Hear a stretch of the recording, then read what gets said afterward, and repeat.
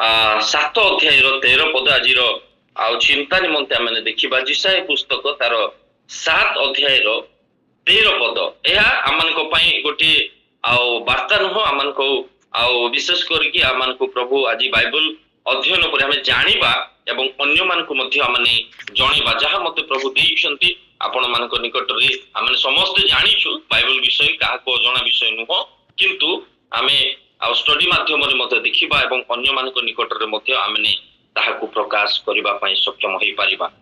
जिसाय पुस्तक 7 अध्याय 13 पद के जदि पाउछंती आ आमानकु पढि सुनांतु।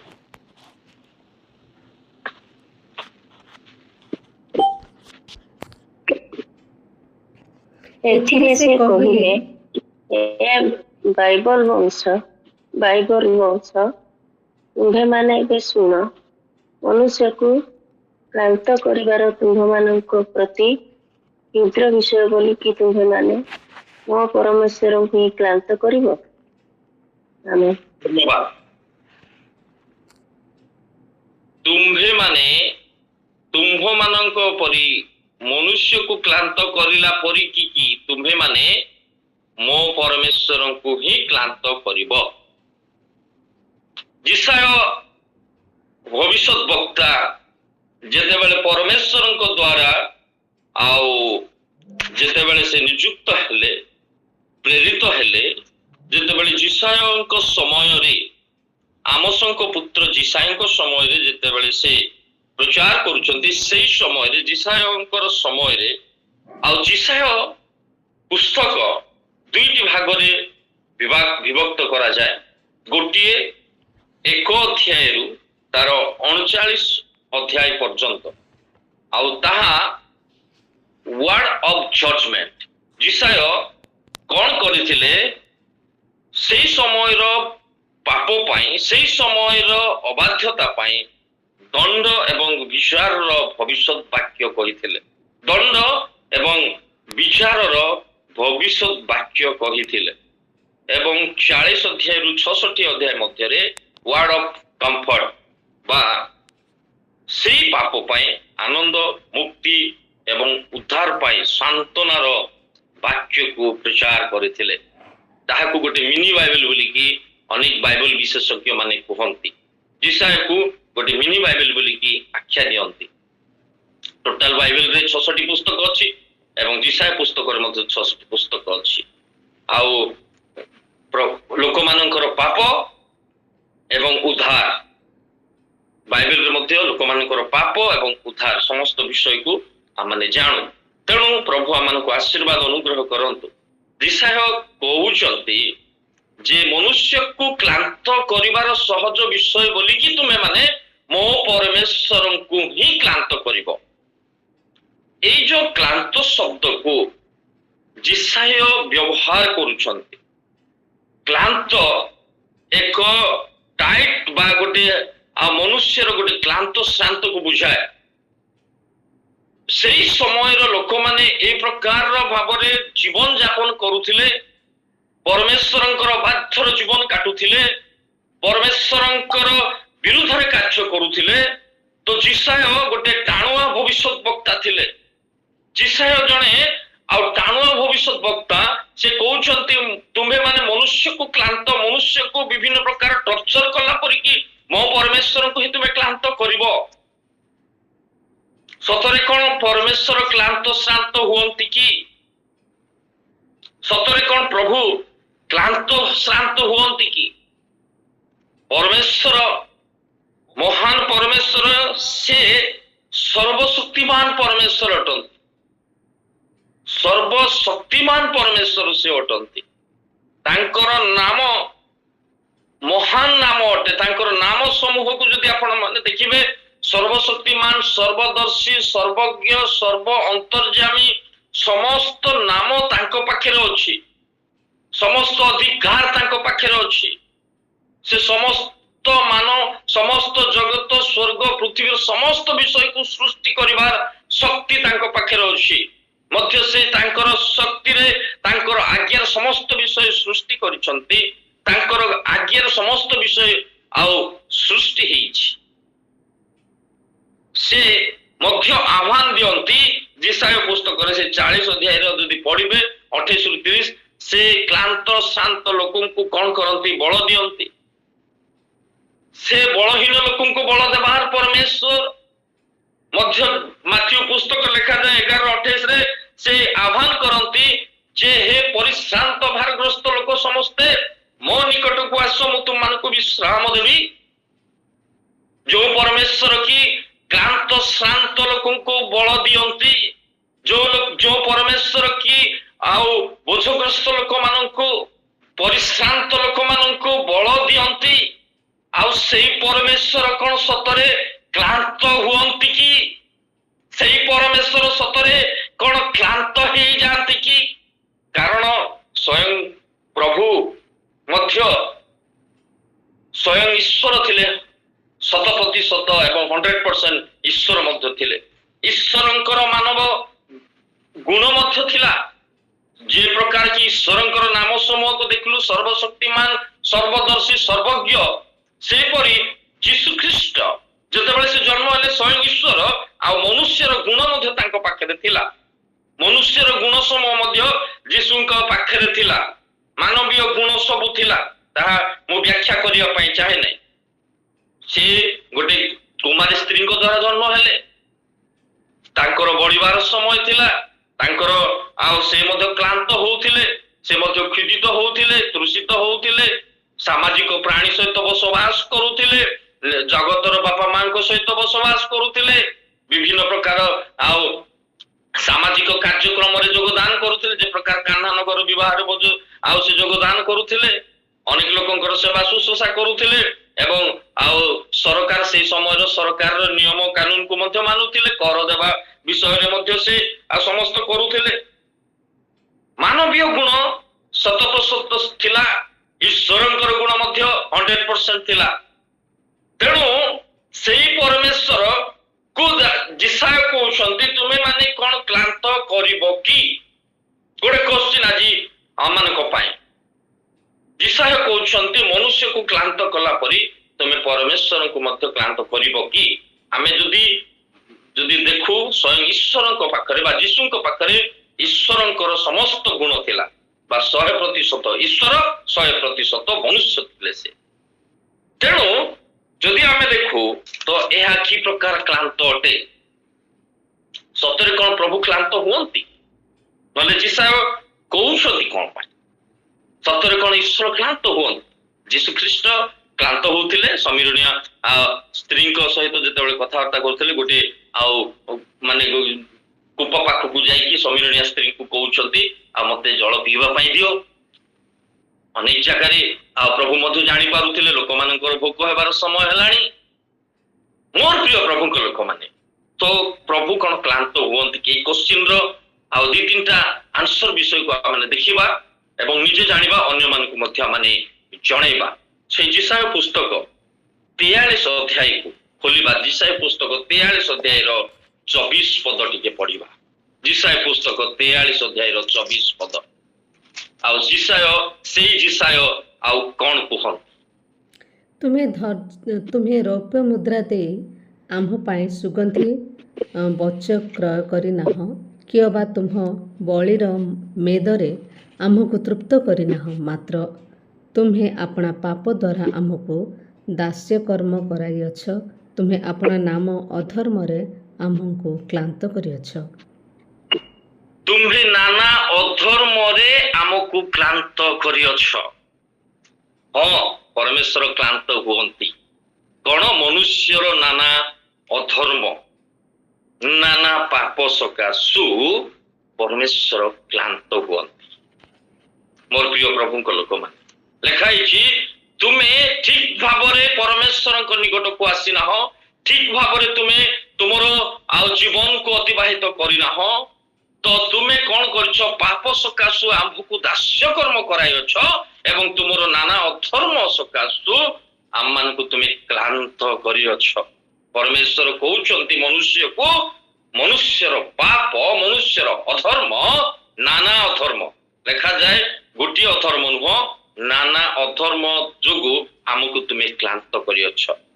नाना अधर्म ए पाप ए अधर्म এই সমস্ত বিশ্ব ବିଷୟ, এই বিষয় গুড়াক যেতবে বাইবেল দেখু ছোট ছোট অধর্ম ছোট ছোট পাপ জনে মনুষ্যକୁ କଣ କରେ ଆଉ କଣ କରେ ସର୍ବନାଶ କରିଦିଏ, ବିନଷ୍ଟ କରିଦିଏ।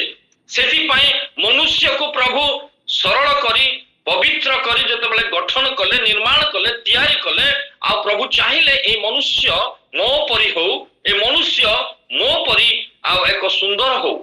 କିନ୍ତୁ ମନୁଷ୍ୟ ଯେତେବେଳେ ପାପରେ ଯାଉଥିଲା ପରମେଶ୍ୱରଙ୍କ ମନ ମଧ୍ୟରେ କଣ ହଉଥିଲା? କଷ୍ଟ ଅନୁଭବ କରୁଥିଲେ, ସେ କ୍ଳାନ୍ତ ଅନୁଭବ କରୁଥିଲେ। ଯେତେବେଳେ ନିଜର ପୁତ୍ର କନ୍ୟା ମାନେ ଯେତେବେଳେ ଗୋଟେ ଗୋଟେ ପରିବାରରେ ଯେତେବେଳେ ସମସ୍ୟାର ସମ୍ମୁଖୀନ ହୁଅନ୍ତି କିମ୍ବା ଅବାଧ୍ୟ ହେଇଯାଆନ୍ତି, ବାପା ମାଙ୍କ ଉପରେ ବିଭିନ୍ନ ପ୍ରକାର ବାର୍ଡେନ ଥାଏ, ବୋଝ ଥାଏ, ଦୁଃଖ ଥାଏ, କଷ୍ଟ ଥାଏ। ମୋ ପିଲା କେମିତି ଫେରିବ? ଅପବ୍ୟୟ ପୁତ୍ର ଚାଲିଗଲା ପରେ ବାପା ଅନେଇକି ବସିଛନ୍ତି, ସେ କ୍ଳାନ୍ତ ଶ୍ରାନ୍ତ। ମୋର ପ୍ରିୟ ପ୍ରଭୁଙ୍କ ଲୋକମାନେ, କାରଣ ବାଇବଲରେ ଲେଖାଯାଏ ଆଦି ପୁସ୍ତକ ଏଇ ପାପ ମନୁଷ୍ୟକୁ କଣ କରେ? ସର୍ଟଲି କହୁଛି ଯେ ଏଇ ପାପ ମନୁଷ୍ୟକୁ ଆଦି ପୁସ୍ତକ 4:7 ଲେଖାଯାଏ ପାପ ଦ୍ୱାରରେ ଛକି ଥାଏ। କଇନ ହେବଲଙ୍କ କଥା ସେ ସ୍ଥାନରେ ଲେଖାଯାଏ। ପାପ ଦ୍ୱାରରେ କଣ ଥାଏ? ଛକିକି ଥାଏ। ଏବ୍ରି 12:1 ଲେଖାଯାଏ ପାପ ସହଜରେ ବେଷ୍ଟନକାରୀ ପାପ ଅଟେ। ପାପ ଜଣେ ମନୁଷ୍ୟକୁ ସହଜରେ ବେଷ୍ଟନ କରିଦିଏ, ତାକୁ ଘେରି ଦିଏ। ଗଣନା ପୁସ୍ତକ 32:23 ଲେଖାଯାଏ ପାପ ମନୁଷ୍ୟକୁ ଧରିଦିଏ, ପାପ ମନୁଷ୍ୟ। ଏବଂ ଯିଶାୟ 59:12 ଲେଖାଯାଏ ପାପ ମନୁଷ୍ୟର ସଙ୍ଗେ ସଙ୍ଗେ ରହିବା ପାଇଁ ପସନ୍ଦ କରେ। ଏବଂ ହିତୋପଦେ ଆଉ ଲେଖାଯାଏ ସେଇ ଯିଶାୟ ପୁସ୍ତକ 55:22 ଲେଖାଯାଏ ପାପ ମନୁଷ୍ୟକୁ କଣ କରେ? ଧରିଦିଏ, ତାକୁ ଧରିଦିଏ। ଏବଂ ହିତୋପଦେ 7:7 ଲେଖାଯାଏ ପାପ ମନୁଷ୍ୟକୁ ଟାଣି ଟାଣି ନେଇଯାଏ। ରୋମୀ 6:23 ଲେଖାଯାଏ ପାପର ବେତନ ମୃତ୍ୟୁ, ପାପ ତାକୁ ମାରିଦିଏ। ତେଣୁକରି ପ୍ରଭୁ କ୍ଳାନ୍ତ ହେଇଯାଆନ୍ତି, ତେଣୁକରି ପ୍ରଭୁ ଶ୍ରାନ୍ତ ହେଇଯାଆନ୍ତି। ମୁଁ ଯୋଉ ମନୁଷ୍ୟକୁ ତିଆରି କରିଛି, ମୁଁ ଯୋଉ ମନୁଷ୍ୟ ପାଇଁ ଚିନ୍ତା କରୁଛି, ଜଗତକୁ ପଠେଇଲି ଏବଂ ସ୍ୱର୍ଗରେ ମଧ୍ୟ ତାଙ୍କ ପାଇଁ ଗୋଟେ ବିରାଟ ବଡ ଆକାଂକ୍ଷା ରଖିକି ମୁଁ ଆଉ ପଥ ପ୍ରସ୍ତୁତ କରିଛି। ଆଜି ସେଇ ମନୁଷ୍ୟ ଯେତେବେଳେ ଅବାଟରେ ଯାଉଛି, କୌଣସି ପାପ ସହିତ ଧରା ହେଇଯାଉଛି, କୌଣସି ପାପ ସହିତ ବନ୍ଧା ହେଇଯାଉଛି, କୌଣସି ପାପ ସହିତ ସେ ମିଳି ଯାଉଛି, ମିଶି ଯାଉଛି, ତାକୁ ଟାଣି ଟାଣି ପାପ ନେଇଯାଉଛି। ଗୋଧୂଳି ସମୟ ସେଇ ପ୍ରକାଶିତ ହିତୋପଦେଶରେ ଯେତେବେଳେ ଦେଖିବେ 7:7 ସେ ମନୁଷ୍ୟକୁ ପାପ ଟାଣି ଟାଣି ନେଇଯାଏ, ମୃତ୍ୟୁର ଅନ୍ତରାଳୟକୁ ନେଇଯାଏ ଲେଖାଯାଏ। ଆଉ ବଞ୍ଚିବାର ଆକାଂକ୍ଷା ଆଉ ଆଶା ନଥାଏ। ମୋର ପ୍ରିୟ ପ୍ରଭୁଙ୍କ ଲୋକ, ଛୋଟ ଛୋଟ ଭୁଲ, ଛୋଟ ଛୋଟ ଅଧର୍ମ, ସେଥିପାଇଁ ବାକ୍ୟରେ ଯିଶାୟ କହୁଛନ୍ତି ନାନା ଅଧର୍ମ ସକାଶୁ ପରମେଶ୍ୱରଙ୍କୁ ଆଜି କ୍ଳାନ୍ତ ଅଟନ୍ତି। ନାନା ଅଧର୍ମ, ସେଥିପାଇଁ ଦାଉଦ ଗୀତ ସଂହିତା 103 ଲେଖାଯାଏ 1-2ରେ କହନ୍ତି ସେ ମୋର ଅଧର୍ମ କ୍ଷମା କରନ୍ତି। ଆମର ଅଧର୍ମକୁ ପ୍ରଭୁ କ୍ଷମା କରିବା ପରମେଶ୍ୱର। ଯୋହନ 1:9 ଲେଖାଯାଏ ସେ କ୍ଷମା କରିବାକୁ ବିଶ୍ୱସ୍ତ ଏବଂ ନ୍ୟାୟବାନ ପରମେଶ୍ୱର ଅଟନ୍ତି। ସେ କ୍ଷମାକାରୀ। କିନ୍ତୁ ହାୟ ମନୁଷ୍ୟ ଗୋଟେ ଭୁଲ କରେ, କ୍ଷମା ମାଗେ, ଆଉ ଗୋଟେ ଭୁଲ କରେ, କ୍ଷମା ମାଗେ, ଆଉ ଗୋଟେ ଭୁଲ କରେ, ମନୁଷ୍ୟର ପ୍ରକୃତି। ତେଣୁ ପ୍ରଭୁ କ୍ଳାନ୍ତ ହୁଅନ୍ତି। ଗୋଟେ ବଢିଆ ଜିନିଷ ଗୋଟେ ପାଇଲି, ଯଦି ଆପଣ ପଢନ୍ତୁ, ତାପରେ ଆମେ ଆଉ ଆଗକୁ ଯିବା। ଜିରିମିୟ ପୁସ୍ତକ 15:6 କାହିଁକି କ୍ଳାନ୍ତ? ଜିରିମିୟ ପୁସ୍ତକ ଆଉ 15:6 ସଦାପ୍ରଭୁ କହନ୍ତି ତୁମ୍ଭେ ଆମକୁ ଅଗ୍ରାହ୍ୟ କରିଅଛ, ତୁମ୍ଭେ ପଛକୁ ହଟି ଯାଇଅଛ, ଏଥିନିମନ୍ତେ ଆମ୍ଭେ ତୁମ ବିରୁଦ୍ଧରେ ଆପଣ ହସ୍ତ ବିସ୍ତାର କରି ତୁମକୁ ନଷ୍ଟ କରିଅଛୁ, ଆମେ କ୍ଷମା କରି କରି କ୍ଳାନ୍ତ ହୋଇଅଛୁ। ପ୍ରଭୁ କହୁଛନ୍ତି କ୍ଷମା କରି କରି କ୍ଳାନ୍ତ ହେଇଯାଇଛୁ। ସତରେ ସେଇ ଯିଶାୟ ଯୋଉ କୋଶ୍ଚିନ୍ କରିଥିଲେ ପରମେଶ୍ୱରଙ୍କୁ ତୁମେ କଣ କ୍ଳାନ୍ତ କରିବ କି? ଯଦି ଆମେ ଏଠି ଦେଖୁ, ହଁ, ନାନା ଅଧର୍ମ ସକାଶୁ ଆଜି ପ୍ରଭୁ କ୍ଳାନ୍ତ, ଆଉ ସେଇ କ୍ଷମା କରି କରି ମଧ୍ୟ କ୍ଳାନ୍ତ। କେତେ କ୍ଷମା କରିବେ, କେତେ କ୍ଷମା ଦେବେ? ଯେତେବେଳେ ଆପଣ ମାନେ ଗୋଟେ ଉଦାହରଣ ଦେଖିବେ, ବ୍ୟାଖ୍ୟା କରିବି ନାହିଁ, ଯେତେବେଳେ ମିଶର ଦେଶରୁ ଇସ୍ରାଏଲ ଲୋକମାନେ ଆସିଲେ ଆଉ 40 ବର୍ଷର ରାସ୍ତାରେ ପ୍ରାନ୍ତରରେ ପ୍ରଭୁ କ୍ଷମା କରି କରି କରି କରି ଯେତେବେଳେ ଭୁଲ କରୁଥିଲେ ଆଉ ମୂଷା ଯାଇ ପହଞ୍ଚି ଯାଉଥିଲେ, ପ୍ରଭୁ ପ୍ରଭୁ କ୍ଷମା କରିଦିଅନ୍ତୁ, ପ୍ରଭୁ କ୍ଷମା କରିଦିଅନ୍ତୁ। କ୍ଷମା କରି କରି କରି କରି ପ୍ରଭୁ ଆଜି କ୍ଳାନ୍ତ। ମୋର ପ୍ରିୟ ପ୍ରଭୁଙ୍କ ଲୋକମାନେ, ଆଜି ମୁଁ କୋଉ ବିଷୟରେ ଆଜି ପ୍ରଭୁଙ୍କୁ କ୍ଳାନ୍ତ କରୁଛି? କୋଉ ବିଷୟ ଆଜି ମନୁଷ୍ୟ ସମାଜରେ କୋଉ ବିଷୟ ଆଜି ଯୋଉ ପ୍ରଭୁ କି ଆଜି କ୍ଳାନ୍ତ ଶ୍ରାନ୍ତ, ସେ କ୍ଷମା କରି କରି କ୍ଳାନ୍ତ। ମୋର ପ୍ରିୟ ପ୍ରଭୁଙ୍କ ଲୋକମାନେ, ସାଉଲ ଅବାଧ୍ୟ ହେଲେ, ପ୍ରଭୁ ତାଙ୍କୁ ପରିତ୍ୟାଗ କଲେ। ସାମସନ କଣ କଲେ? ଅବାଟରେ ଚାଲିଗଲେ। ସାମସନ ବାକ୍ୟରେ ଲେଖାଯାଏ ଯେ ଆଜ୍ଞା ଲଙ୍ଘନ ହିଁ ପାପ। ସାଉଲଙ୍କୁ ପ୍ରଭୁ ରାଜା କଲେ, ସେ ଆଜ୍ଞା ଲଙ୍ଘନ କଲେ, ପାପ କରିଲେ, ତାଙ୍କ ଠାରୁ ରାଜ୍ୟ ଚାଲିଗଲା। ସାମସନକୁ ପ୍ରଭୁ ତାଙ୍କର ଆଜ୍ଞାରେ ଜନ୍ମ କଲା ପରେ ତାଙ୍କୁ ସବୁ ପ୍ରକାର ନିୟମ କାନୁନ ଦେଲେ, ତଥାପି ସେ ଅବାଟରେ ଚାଲିଗଲା, ତାଙ୍କ ଠାରୁ ଆଉ ପ୍ରଭୁ ଚାଲିଗଲେ। ମୋର ପ୍ରିୟ ପ୍ରଭୁଙ୍କ ଲୋକମାନେ, ଦାଉଦ ମଧ୍ୟ ଯେତେବେଳେ ଭୁଲ କରୁଛନ୍ତି, ତାଙ୍କ ଠାରୁ ମଧ୍ୟ ପବିତ୍ର ଆତ୍ମା ଚାଲିଗଲା। ମୋର ପ୍ରିୟ ପ୍ରଭୁଙ୍କ ଲୋକ, ଛୋଟ ଛୋଟ ଭୁଲ, ଛୋଟ ଛୋଟ ଅଧର୍ମ ଆମେ ଆଉ ଯଦି ଦେଖୁ, ଛୋଟ ଛୋଟ ଭୁଲ ହେଇପାରେ, ତାହା କଣ କରେ? ଆଉ ପରମେଶ୍ୱରଙ୍କୁ କ୍ଳାନ୍ତ କରେ। ତ ଆଜି ଆଉ ଏଇ ସକାଳରେ ଆମେ ଦେଖୁ, ଜାଣୁ ଯେ ମନୁଷ୍ୟର ଛୋଟ ଛୋଟ ଅଧର୍ମ, ଛୋଟ ଛୋଟ ଭୁଲ ସକାଶୁ ଜଣେ ଆଜି କ୍ଳାନ୍ତ ହେଇଯାଆନ୍ତି। ବାଇବଲରେ ଲେଖାଯାଏ, ଜଗତରେ ଯଦି ଜଣେ ମନ ଫେରଣ କରେ, ସ୍ୱର୍ଗରେ ଆନନ୍ଦ ହୁଏ। ଜଣେ ଯଦି କର୍ମ କରେ, ପ୍ରଭୁ କ୍ଳାନ୍ତ ହୁଅନ୍ତି। ତ ଚିନ୍ତାର ବିଷୟ, ମୁଁ ସେଇ ନାନା ଅଧର୍ମ ମାନଙ୍କ ଭିତରେ ମୁଁ ଜଣେ ନାହିଁ ତ, ଆମେ ନାହିଁ ତ, ନା ମୋର କୌଣସି ଅଛି? ଆଉ ଯଦି ଆମେ ପ୍ରଭୁଙ୍କ ନିକଟରେ ଆମର ଭୁଲକୁ, ପାପକୁ ସ୍ୱୀକାର କରୁ, ଅଧର୍ମକୁ ସ୍ୱୀକାର କରୁ, ପ୍ରଭୁ ନିଶ୍ଚିତ ସେ କ୍ଷମା କରିବାକୁ ବିଶ୍ୱସ୍ତ ଏବଂ ନ୍ୟାୟବାନ ଅଟନ୍ତି। ଦ୍ୱିତୀୟ ବିଷୟକୁ ଯିବା, ଆଉ ସମୟର ସ୍ୱଳ୍ପତା ସକାଶେ ଆଉ ମୁଁ ଜଲ୍ଦି ଯିବା ପାଇଁ ଚାହେଁ। ସେଇ ଯିଶାୟ ପୁସ୍ତକ 1 ଅଧ୍ୟାୟ, ସେଇ ଯିଶାୟ ହିଁ ଆଉ କୁହନ୍ତି, ଯିଶାୟ ପୁସ୍ତକ 1 ଅଧ୍ୟାୟର 14 ପଦ। ଯିଶାୟ ପୁସ୍ତକ ସେଇ 1 ଅଧ୍ୟାୟର 14 ପଦ।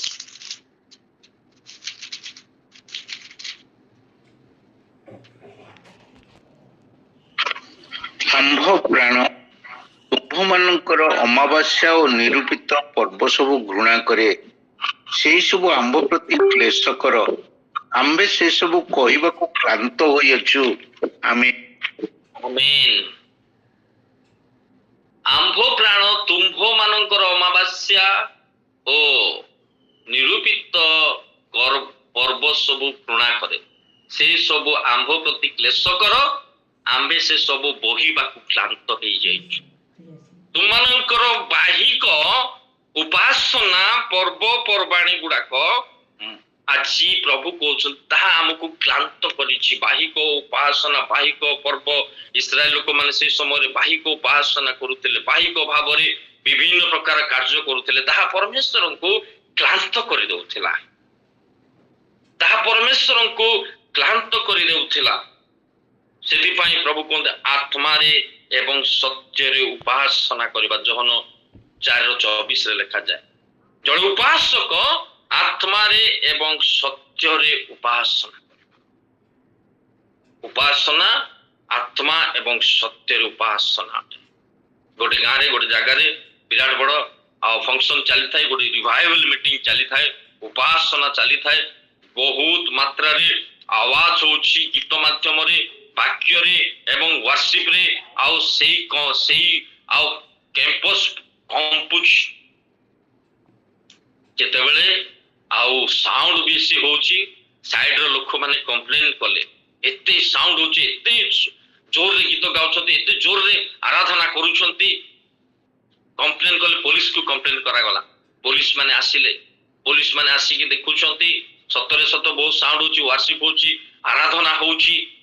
ଯେତେବେଳେ ଦେଖୁଛନ୍ତି ଏମାନେ ଏତେ ସାଉଣ୍ଡ କରିକି କରୁଛନ୍ତି, ପରେ ଦେଖୁଛନ୍ତି 2 ଜଣ ବ୍ୟକ୍ତି, ଯୋଉଠି ସାଉଣ୍ଡ ସିଷ୍ଟମ ଲାଗିଛି, ବଡ ବଡ ସାଉଣ୍ଡ ସିଷ୍ଟମ, ସେଇ ପାଖରେ ହିଁ ବସିକି କଣ କରୁଛନ୍ତି, ସେମାନେ ଶୋଇ ପଡିଛନ୍ତି, ସେଇ ପାଖରେ ହିଁ ଶୋଇ ପଡିଛନ୍ତି। ଯେତେବେଳେ ଶୋଇ ପଡ଼ିଛନ୍ତି ପୋଲିସ ଦେଖିଲେ ଆଉ ଯେଉଁମାନେ କମ୍ପ୍ଲେନ କରିଥିଲେ ସେମାନଙ୍କୁ କହିଲେ ଏ ଭାଇମାନେ କ'ଣ କିଛି ସାଉଣ୍ଡ ନାହିଁ ଦେଖୁନାହାନ୍ତି ଏତେ ସାଉଣ୍ଡ ଭିତରେ ମଧ୍ୟ ଜଣେ ଲୋକ ଶୋଇଛନ୍ତି 2 ଜଣ ସେମାନେ ପୋଲିସ ମାନେ ଛାଡ଼ିକି ଚାଲିଗଲେ। ମୁଁ କହିବାର ଉଦ୍ଦେଶ୍ୟ ଯେ ଉପାସନା ଆରାଧନା ଜୀବନ୍ତ ହେବା ଦରକାର। ପାଉଲ କହିଲେ ଯେ ଆମମାନଙ୍କର ଉପାସନା କ'ଣ ହବାର ଅଛି ସଜୀବ ସୁଗ୍ରାହ୍ୟ ଏବଂ ଈଶ୍ୱରଙ୍କର ଆଉ ସୁଗ୍ରାହ୍ୟ ଯୁକ୍ତ ହବାର ଅଛି ଉପାସନା ଆରାଧନା। ଉପାସନା ନାହିଁ ପ୍ରଥମ ଖ୍ରୀଷ୍ଟାବ୍ଦ ମଣ୍ଡଳ ଲୋକମାନେ ଯେଉଁ ସ୍ଥାନରେ ବସୁଥିଲେ ଉପାସନା କରୁଥିଲେ ପବିତ୍ର ଆତ୍ମା ଚାଲି ଆସୁଥିଲା ସେମାନଙ୍କର ଉପାସନାରେ ବନ୍ଧନ ମୁକ୍ତ ହେଇଯାଉଥିଲା। ଉପାସନା ତ୍ୟାଗଯୁକ୍ତ ହେବା ଦରକାର। ଆମର ଉପାସନା ସତ୍ୟରେ ଆମର ଉପାସନା ସଜୀବ ଭାବରେ ଏବଂ ଆମର ଉପାସନା ତ୍ୟାଗଯୁକ୍ତ ଭାବରେ ହେବା ଦରକାର। ଅବ୍ରାହମକୁ ସଦାପ୍ରଭୁ ପରମେଶ୍ୱର କହିଲେ ତୁମେ ତୁମର ନିଜର ପୁତ୍ରଙ୍କୁ ନେଇ ଆମ୍ଭ ଉଦ୍ଦେଶ୍ୟରେ ବଳି ଉତ୍ସର୍ଗ କର। ଗଲେ ଅବ୍ରାହମ ଗଲେ ପୁଅଙ୍କୁ ନେଇକି ଏବଂ ଦାସମାନଙ୍କୁ ଗୋଟେ ସ୍ଥାନରେ ରଖି ଆଉ ସେ କହୁଛନ୍ତି ପୁତ୍ର ଏବଂ ମୁଁ ଯିବୁ ପରମେଶ୍ୱରଙ୍କର ଉପାସନା କରିକି ଫେରି ଆସିବୁ। ସେଇ ଉପାସନାରେ ତ୍ୟାଗ ଥିଲା। ଜାଣୁଥିଲେ ମୋ ପୁଅଙ୍କୁ ମୁଁ ବଳି କରିବି ପରମେଶ୍ୱରଙ୍କ ଉଦ୍ଦେଶ୍ୟରେ। ପରବର୍ତ୍ତୀ ମୁହୂର୍ତ୍ତରେ ପ୍ରଭୁ ରକ୍ଷା କଲେ କିନ୍ତୁ ତ୍ୟାଗର ଜୀବନ ଥିଲା। ଉପାସନାରେ ତ୍ୟାଗ ଆମମାନଙ୍କର ସମୟ ହେଇପାରେ ଆମମାନଙ୍କର ଟ୍ୟାଲେଣ୍ଟ ହେଇପାରେ ଆମମାନେ ପ୍ରଭୁଙ୍କ ପାଇଁ ତ୍ୟାଗ ଭାବରେ ଆମେ ପ୍ରଭୁଙ୍କର ଉପାସନା କରୁ।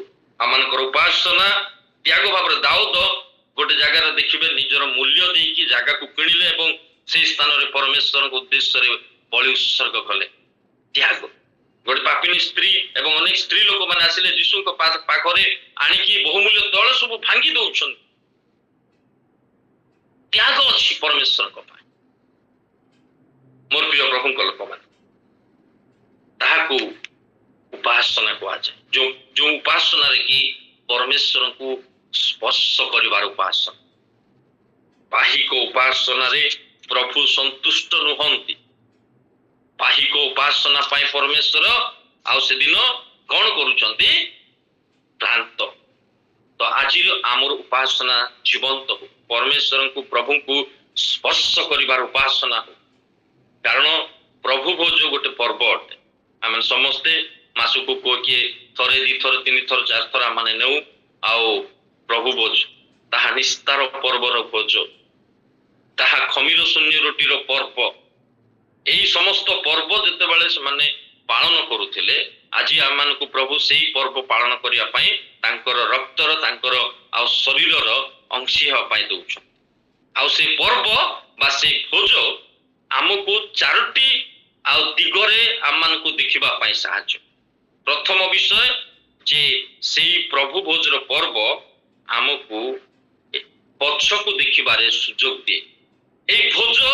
ଏଇ ଯୋଉ ଭୋଜର ମେଜର ନିକଟବର୍ତ୍ତୀ ହଉଛି ଆ ପଛରେ କାହା ହାତ ଅଛି ଆ ପଛରେ କୋଉ କାର୍ଯ୍ୟ ଅଛି। ଯୀଶୁଙ୍କର କାର୍ଯ୍ୟକୁ ଯୀଶୁଙ୍କର ବଳିଦାନକୁ ଯୀଶୁଙ୍କର ପ୍ରେମକୁ ଆମମାନଙ୍କୁ ପଛକୁ ଦେଖିବା ପାଇଁ ଆଉ ତାହା ଆମମାନଙ୍କୁ ସୁଯୋଗ ଆଣିଦିଏ।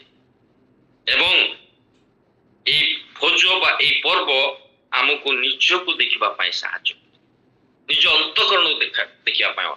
ପ୍ରଥମ Corinthians 11 ଲେଖାଯାଏ 11:28 ଆପଣା ଆପଣାକୁ ପରୀକ୍ଷା କରୁ ନିଜର ଅନ୍ତଃକରଣକୁ ଦେଖିବାକୁ ସୁଯୋଗ ଦିଏ। ଏବଂ ସେଇ ପ୍ରଥମ Corinthians 11:26 ଏଇ ଭୋଜ ବାହାର ଲୋକମାନଙ୍କୁ ଆମମାନେ ଉଚିତ ଦେଖେଇବା ପାଇଁ ସାହାଯ୍ୟ କରେ। ତୁମେମାନେ ତାହାଙ୍କର ମୃତ୍ୟୁ ପ୍ରଚାର କରୁଅଛ। ଆମେ ସେ ଭୋଜର ଅଛି ଅନ୍ୟମାନଙ୍କୁ ମଧ୍ୟ ତାହା ପ୍ରଚାର କରୁଛୁ। ଏବଂ ମାଥ୍ୟୁ 26ର ଆଉ ଲେଖାଯାଏ ମାଥ୍ୟୁ 26 ଅଧ୍ୟାୟର 29 ଏଇ ଭୋଜ ଆମକୁ ଉର୍ଦ୍ଧ୍ୱକୁ ଦେଖିବା ପାଇଁ ସାହାଯ୍ୟ। ତେଣୁ ଆମମାନଙ୍କର ସମସ୍ତ ଉପାସନା ପର୍ବ ବ୍ୟକ୍ତିଗତ ଆଉ ମାଣ୍ଡଳିକ ପାରିବାରିକ ଉପାସନା ଜୀବନ୍ତ।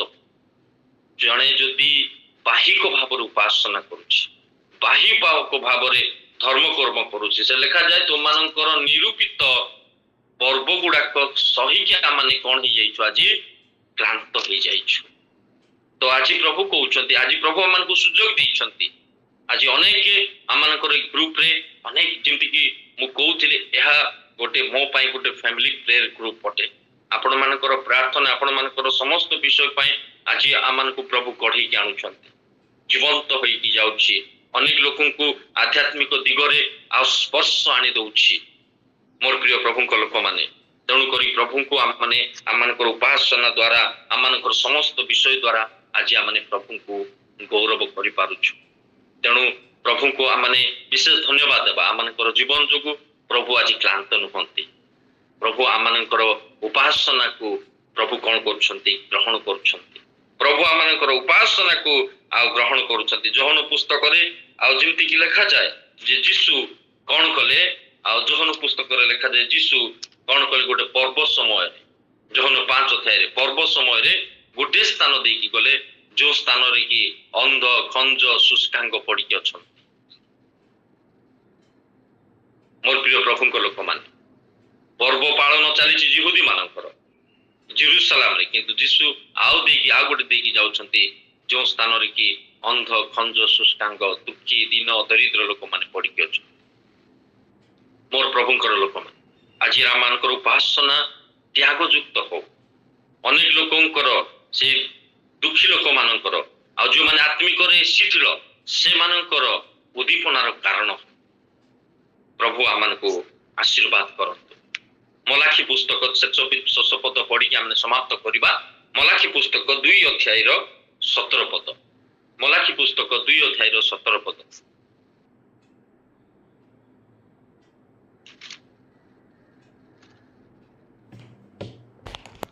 आमेन। आपण मानकर वाक्य द्वारा सदा प्रभु को क्लांत करियछ धन्यवाद भाई मलाखी कहउछंती तुम्हे माने तुमरो वाक्य द्वारा परमेश्वर को क्लांत करियछ जिसायर देखिलु कोन सत्तरे प्रभु क्लांत हुअती हां क्लांत ही जानती मनुष्यर अधर्म मनुष्यर बाहिक धर्म कर्म एवं मनुष्यर कथावार्ता जोगु बेले बेले प्रभु क्लांत ही जानती मलाखी पुस्तक रे आ मलाखी भविष्य वक्ता कहउछंती तुम मानकर वाक्य तुम मानकर सेही गर्भर वाक्य जो प्रभु आज क्लांत कथावार्ता तुम मानकर ए प्रकार ताहा सकाशे प्रभु क्लांत दानिएल 4:30-31 पढ़िबे नवखुश निश्चर गोटे कथा कहिले मोर बल रे मोर शक्ति रे मु एक बाबिल तैयारी करिछि गर्भ कथा कहिले जते बेले सांगे सांगे ऊर्ध्वरु एई मानी आसिला तुम हस्तरु तुमर राज्य गला निजर राज्य को हरैले एवं किछु वर्ष पर्यंत से पशु मानक सहित वास कले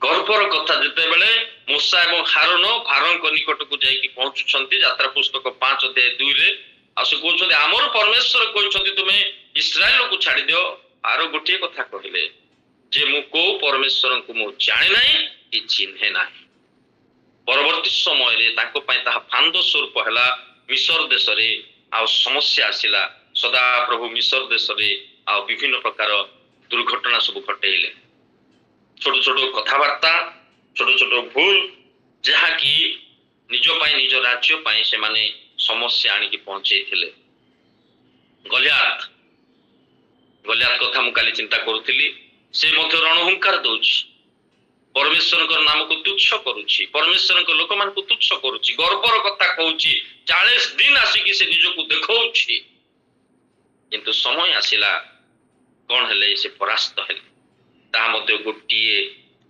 आउ पत्थर रे प्रभु कोन करंती से गर्वी लोक मान को कोन करंती परास्त कर लूक 15:28 रे लिखा जाय अपव्यय पुत्रଙ୍କ विषय रे तांको बड़ भाई से कौन करुछंती रागी गले से रागी जाई कि भीतर को जीवा को मंगिले नाही बापा को कंप्लेन करुछंती बापा मु तुम सहित अमुक कली समक कली रागी जाउछंती गोटे रागी गले भीतर को जीवा को से मंगिले नाही बाहर रही गले गोटे आनंदर स्थान को जाई पारिले नाही से स्थान रे गोटे भाई को पय आनंद कराउछि से आनंदर सहभागी से हेई पारले नाही जो माने ए प्रकार गर्व हुअंती गर्वर कथा कहंती से मानकर किछि विषय को से माने हरांती किछि आनंदर विषय को से माने हरांती इसेबेल रानी प्रथम राजा बळे 19:2 रे इसेबेल रानी इलिशा को कहले ଯେ ମୁଁ ତୁମକୁ ଦିନେ ବଧ କରିବି।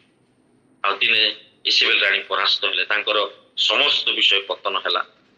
ଏଥିପାଇଁ ପାଉଲ ତିମୋଥୀଙ୍କୁ କହୁଛନ୍ତି, ତୁମର ବାକ୍ୟ ସମସ୍ତଙ୍କ ପାଇଁ ଶ୍ରୁତି ମଧୁର ହଉ। ତୁମର ବାକ୍ୟ କଣ ହଉ, ଯଥାର୍ଥ ଭାବରେ ତୁମେ ବ୍ୟବହାର କର, ସତର୍କତାର ସହିତ ବ୍ୟବହାର କର, ତାହା ଯେପରି ତୁମର ପରିତ୍ରାଣ ଏବଂ ଅନ୍ୟମାନଙ୍କର ପରିତ୍ରାଣ କାର୍ଯ୍ୟ ହେଇପାରିବ। ମୋର କଥା ଯୋଗୁ ଯେପରି ଅନେକ ଲୋକ ଆଶୀର୍ବାଦର କାରଣ ହେଇପାରିବେ। ଅଳ୍ପ ଦିନ ତଳେ 2 ଦିନ ତଳେ ଜଣେ ପ୍ରଭୁଙ୍କର ଦାସଙ୍କ ସହିତ କଥା ହଉଥିଲି। ଏତେ ସୁନ୍ଦର ସୁନ୍ଦର ବିଷୟ, ଶାରୀରିକ ଭାବରେ ଆତ୍ମିକ ଭାବରେ କି ପ୍ରକାର ଚଳିବାକୁ ହବ, ଖାଦ୍ୟ ପଦାର୍ଥରେ ଆଉ କି ପ୍ରକାର ଭାବରେ ଆଉ ଜଣେ ମନୁଷ୍ୟ ଆଉ ତାର ରୁଲ ରେଗୁଲେସନ କେମିତି, ସବୁ ବିଷୟ ମତେ ଶିକ୍ଷା ଦଉଥିଲେ। ମୋ ପାଇଁ ସେଟା ବହୁତ ସୁନ୍ଦର, ମୋର ପରିବାରକୁ ମଧ୍ୟ ମୁଁ କହୁଥିଲି। ଏତେ ସୁନ୍ଦର ଲାଗିଲା, ମାନେ ପ୍ରାୟ ଅଧଘଣ୍ଟା 40 ମିନିଟ ତାଙ୍କ ସହିତ ମୁଁ କଥା ହେଲି। ଆଉ ସେ କି ପ୍ରକାର ଭାବରେ ସୁସ୍ଥ ଅଛନ୍ତି ତାର ରହସ୍ୟକୁ ବି କହୁଥିଲେ ଏବଂ କି ପ୍ରକାର ଆମକୁ ହେବାକୁ ପଡିବ ତାହାକୁ ମଧ୍ୟ ସେ କହୁଥିଲେ। ବହୁତ ସୁନ୍ଦର ବିଷୟ ସବୁ। ମତେ ବହୁତ ବିଷୟ ସେଦିନ ମୁଁ ଜାଣିନଥିଲି, ସେଦିନ ମୁଁ ଜାଣିଲି। ଆମମାନଙ୍କର ମଧ୍ୟ ଧନ୍ୟବାଦ ସେଇ ପ୍ରଭୁଙ୍କର ଦାସଙ୍କୁ। ସେଇ ପ୍ରକାର ମାନେ ଅନେକ ଲୋକଙ୍କର ଆତ୍ମିକ ଏବଂ ଶାରୀରିକର ସୁସ୍ଥତାର କାରଣ ହଉ। ମୋର ବାକ୍ୟ ଦ୍ୱାରା ଅନେକ ଯେପରି କେହି କଷ୍ଟ ନ ପାଆନ୍ତୁ। ପ୍ରଥମ ସାମୁଏଲ 1:9 ଲେଖାଯାଏ ସ୍ୱାମୀ ସ୍ତ୍ରୀଙ୍କର କଥାବାର୍ତ୍ତା। ଇଲକାନା ଆଉ ହାନାଙ୍କୁ କହୁଛନ୍ତି ଗୋଟେ ସୁନ୍ଦର କଥା, ଦେଖ ମୁଁ ତୋ ପାଇଁ କେତେ ସୁନ୍ଦର। ଆମେ ଏନକରେଜ କରିବା, ପରସ୍ପରକୁ ଆମେ ଉତ୍ସାହ ଦେବା। ଗୋଟେ ସ୍ୱାମୀ ସ୍ତ୍ରୀ ଭାବରେ ପରସ୍ପରର କଥାରେ ଆମେ ଶ୍ରୁତି ମଧୁର ହେବା ଦରକାର। ଇଲକାନା କହୁଛନ୍ତି 10 ପୁତ୍ର ଠାରୁ ମୁଁ ତମ ପାଇଁ ସୁନ୍ଦର। କେତେ ସୁନ୍ଦରର କଥା। ଆଦି ପୁସ୍ତକ 22:7 ଲେଖାଯାଏ ପିତା ପୁତ୍ରର କଥାବାର୍ତ୍ତା। ଯାଉଛନ୍ତି ନିଜର ପୁତ୍ରଙ୍କୁ ବୋଧ କରିବା ପାଇଁ, ମାନେ ବାପାଙ୍କୁ ପଚାରୁଛନ୍ତି ଇସାକ, ବାପା ସମସ୍ତ ବିଷୟ ତ ଧରିଲ, ବଳି କରିବା ପାଇଁ କାହିଁ? ଅବ୍ରାହମ ଗୋଟେ ଉତ୍ତର ଦଉଛନ୍ତି, ପୁତ୍ର ସଦାପ୍ରଭୁ ଯୋଗେଇବେ। ଟେନସନ ନାହିଁ, ପୁତ୍ରଙ୍କ ସହିତ ସୁନ୍ଦର କଥାବାର୍ତ୍ତା। ଟେନସନ ଥିବା ସମୟରେ ବେଳେ ବେଳେ ଆମେ ରାଗି ଯାଉ ପିଲାମାନଙ୍କୁ, କିନ୍ତୁ ବହୁତ ସୁନ୍ଦର ଉତ୍ତର ଦଉଛନ୍ତି, ପୁତ୍ର ସଦାପ୍ରଭୁ ଯୋଗେଇବେ। ସୁନ୍ଦର କଥାବାର୍ତ୍ତା ବାପ ପୁଅ ହିସାବରେ, ସ୍ୱାମୀ ସ୍ତ୍ରୀ ହିସାବରେ।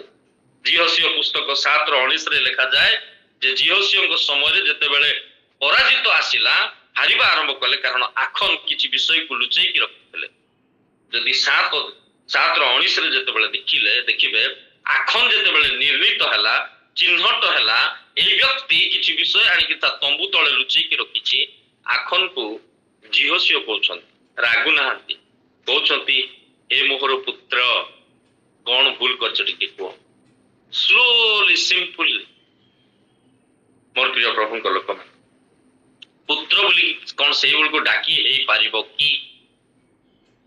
ଯେତେବେଳେ ଶହ ଶହ ଇସ୍ରାଏଲ ଲୋକ ହାରି ଯାଉଛନ୍ତି ଜଣଙ୍କର ଭୁଲ ସକାଶୁ, କିନ୍ତୁ ଜିହୋସିଓଙ୍କର କଥାର ଲଗାମ ଟିକେ ଦେଖନ୍ତୁ, ଏ ମୋହର ପୁତ୍ର ଯାହା କରିଛ ସଠିକ କହିଦିଅ।